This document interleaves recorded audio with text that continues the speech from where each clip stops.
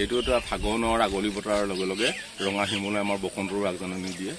এটা মানে সুন্দৰ পৰিৱেশ হৈছে আৰু যিটো টুৰিষ্ট ট্ৰেক আছে, টুৰিষ্ট ট্ৰেকত দুই কাষে থকা মানে শিমলুৰ যিটো মানে সৌন্দৰ্য বৃদ্ধি, সেই সৌন্দৰ্য বৃদ্ধিয়ে মানে পৰ্যটকসকলক যথেষ্ট আকৰ্ষিত কৰিছে অন্য এটা ঠাইতকৈ।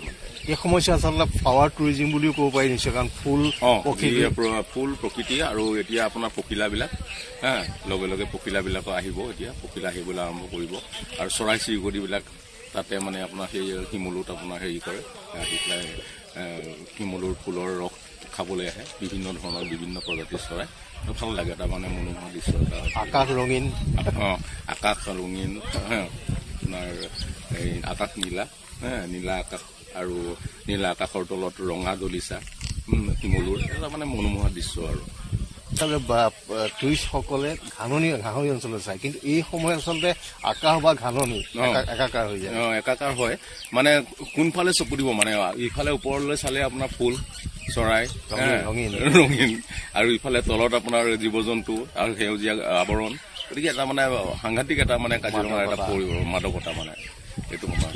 আৰু লগে লগে এতিয়া আমাৰ যেতিয়া বাৰ্ণিং আৰম্ভ হ'ব, বাৰ্ণিং আৰম্ভ হোৱাৰ পিছতো এটা পৰিৱেশ, এটা বেলেগ ধৰণৰ এটা পৰিৱেশ এটা সৃষ্টি হয়।